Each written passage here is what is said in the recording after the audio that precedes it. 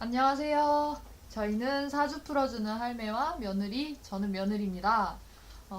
댓글로 또 신청해 주셨던 그 정주영 회장의 사주를 어머니께서 풀어주셨는데요. 얘기 들어볼게요. 어머니, 어, 네. 현대그룹 정 회장님이 정주영 회장님이 살으셨으면 105살이네. 우리 아버지 네. 아버지 부모님 같으신 분이네요. 나이대가. 큰아버지 같네요. 이 정주영 회장님은 고집도 강하고 인성도 참 좋으셔요. 불쌍하고 어려운 사람을 도울 정도로 좋으시고 또 누구한테든지 잘하시는 분이에요. 잘해야겠다는 거. 그리고 또 혁신적이에요. 그리고 또 인성도 참 좋아요.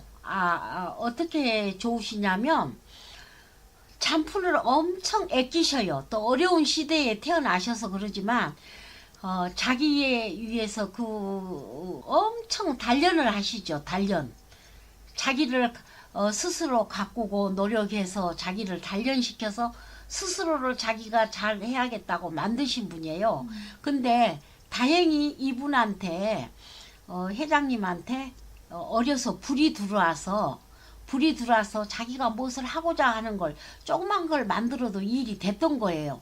그래서 16살부터 어려운 것을 스스로 자꾸 애영 연습을 해서 잘해서 여기에 35살까지 기반을 닦으셔요. 공부 하여튼 그 사회 이제 여기 이분이 16살인가 여기 저 개성에서 6.25 전에 남한을 오셨다는 것 같더라고요. 그리고 16살에 나오신 걸로 지금 제가 보거든요. 16살 전에서 여하튼 오로지 어려운 세상에서 이렇게 유연하게 자기가 벌어오면서 이제 46살부터 네. 이분한테는 이 좋은 나무 이제 그 목이 자기를 해주는데 목을 생활해주는 이 불이 들어올 때부터 이제 성공을 하시거든요. 성품은 단련돼 가지고 어려운 시대에 살아오신 분이기 때문에 단련돼서 배고픔을 달래고자 노력을 해서 하면 된다라는 모토로 박정희 대통령님도 이 경신이라는 일주로 제가 알고 있어요. 아주 혁신적이에요. 안 되는 것 때려 붓고 잘 먹고 살아야 하는 그때는 배고픈 시대니까 그래서 이분이 16살부터 이미 목적이 있었어요. 목적이 있었기 때문에 뜻을 이루고자 뭐 쌀한가마니 갖고 이북에서 소 한 마리를 팔았다고 하더라. 쌀한가마니를 갖고 나오셨다고 하더라고요. 그때부터 이 싹이 보인 거예요. 싹수 있는 일면이 보이셔서 그걸 그대로 하신 거예요. 열심히 하시고 배고픔을 달래려고 이제 그 전쟁통에서 이렇게 전부 하시면서 그리고 이분이 덩치가 크시잖아요. 체구가 크시기 때문에 큰 일이 맞다고 봐야죠. 그러니까 자동차 사업 같은 거 그런 큰 일을 했다고 지금 보시거든요. 이게 이분은 목적이 뚜렷했고 이렇게 또 부지런해요.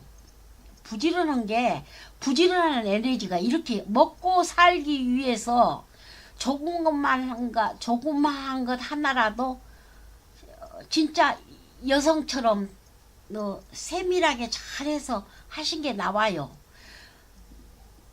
나를 위해서가 아니라 여럿이 더불어서 살기 위한 글자가 여기에 제가 보여요. 좀 여성적인 면, 음적인 성향이 있어요. 배고픔도 알고 그리고 한 번 보면 10가지를 다 생각하시고 또 기술적인 면, 이 한 면을 딱 하면 이것은 어디다 쓰고 이것은 저기다 쓰고 어떤 짜투리 하나도 응용을 하실 줄 아는 깨가 엄청 많아 있어요. 이 암장을 보면. 그래서 이렇게 누누이 성공하고 오셔서 그래도 이분은 당신이 해야 할 일을 또 하신 걸로 제가 알아요.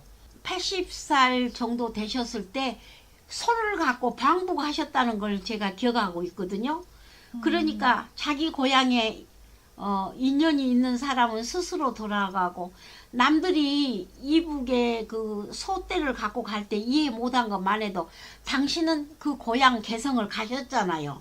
그러니까 당신이 생을 마감할 때까지 할 일을 다 하고 지금 후배들한테 자녀들한테 다 남겨줘서 잘 되고 있잖아요. 이분이 뿌린 씨앗은 지금 잘 되고 있다라고 지금 보는 거예요.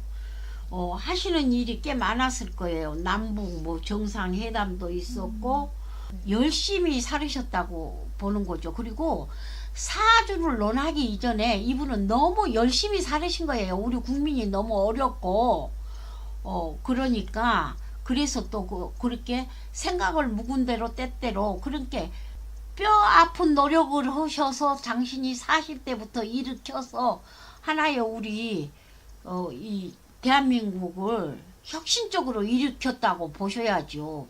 더 할 말이 없을 정도로 큰 돈 아끼셔서 그리고 쓰실 때는 크게 쓰시잖아요. 고향을 위해서 여기에 다 이북도 다녀오시고. 리더로서는 뭐 나오는 자질이 그런 게 보여요? 있어요? 그렇죠.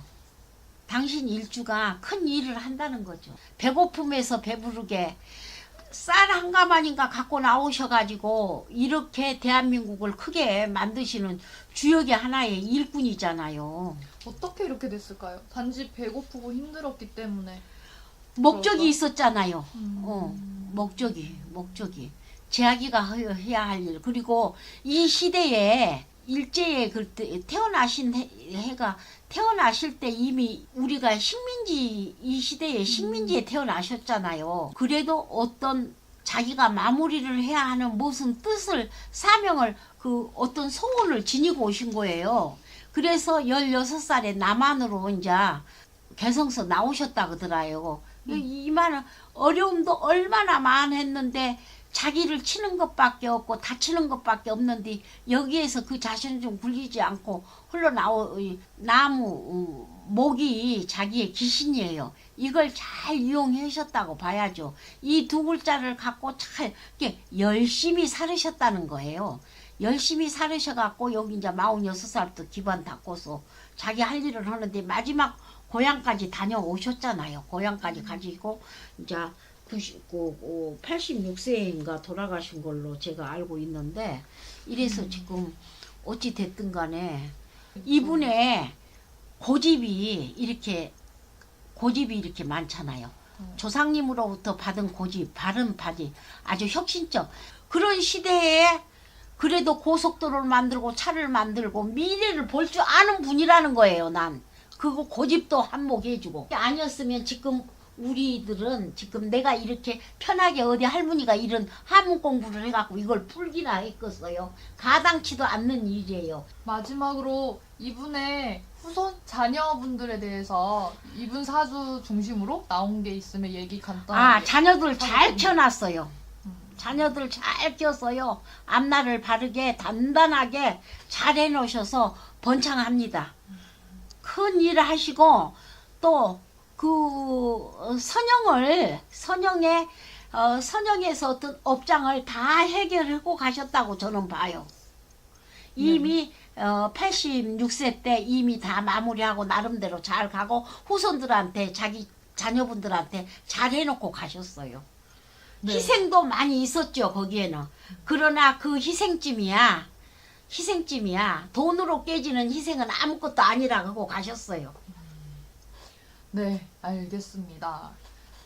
오늘은 여기까지 하겠습니다. 어머니 끝낼까요? 괜찮으세요? 네. 네.